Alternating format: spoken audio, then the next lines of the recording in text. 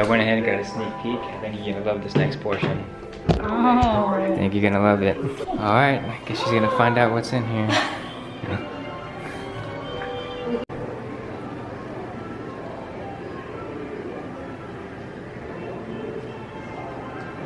This was in his backyard.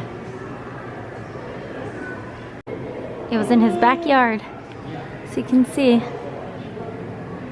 You could fit on that little train, dude. You can go choo choo. Pictures, it shows you they used to take little kids on train rides. So he could actually fit on that, which is crazy. Fun fact, the Lily Bell is the train at Disneyland too.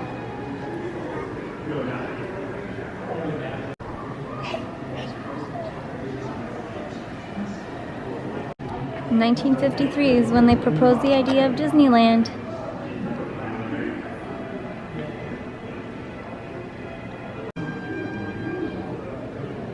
So, Roy was against the idea of Disneyland, but Walt still wanted to continue on.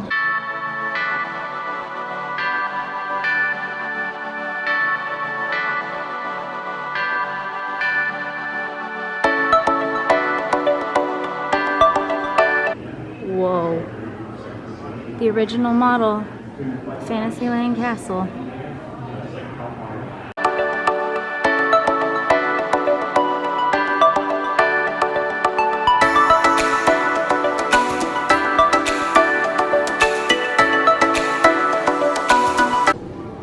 Look at all of this, the submarines, the Matterhorn, Space Mountain.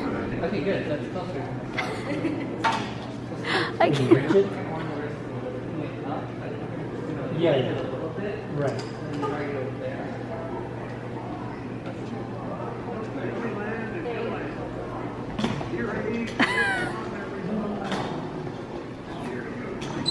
I cannot believe you did that, child.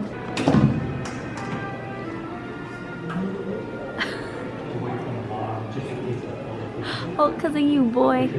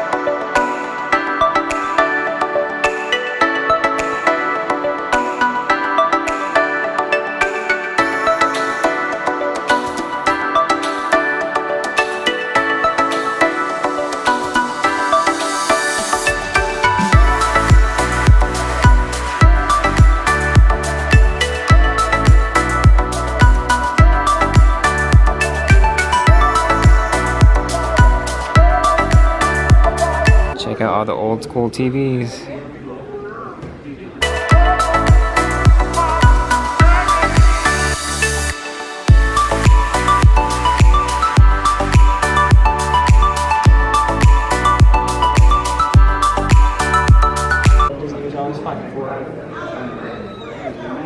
If you guys have seen Saving Mr. Banks, you'd know the history behind this book.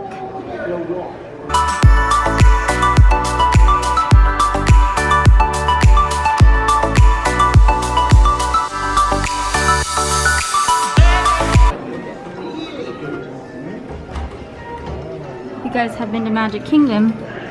This is one of the models for the Carousel of Progress, which actually was at Disneyland as well. I didn't know this, but he died at St. Joseph's Hospital Going directly across the street from Walt Disney Studios. One thing a lot of you might not know is after he passed away, Disney World was being built. But Roy Disney decided to name it Disney World because he wanted everybody to know that it was Walt's creation.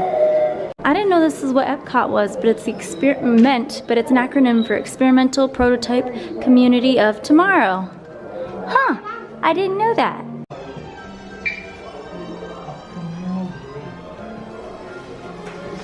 We couldn't really tell you guys how actually big of a deal it was that he dropped that, but they had to get the worker, and then if it would have fell on display, they would have had to get a caseworker out here and everything. And usually they're not here on the weekends, so.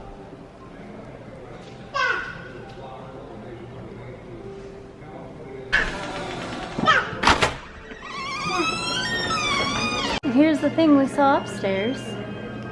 Multi-plane camera. That's what it was called, the multi-plane camera. In the background. So that's how they were filming, they would make the birdies move? That's how they would make the birdies move. I'm mind blown. So all the brick buildings that are out here, including the museum that we were just in, they were old barracks for the army back in the day. So they just turned it and flipped it around into whatever buildings they are now. So there you go. These are old barracks, and you can definitely tell now.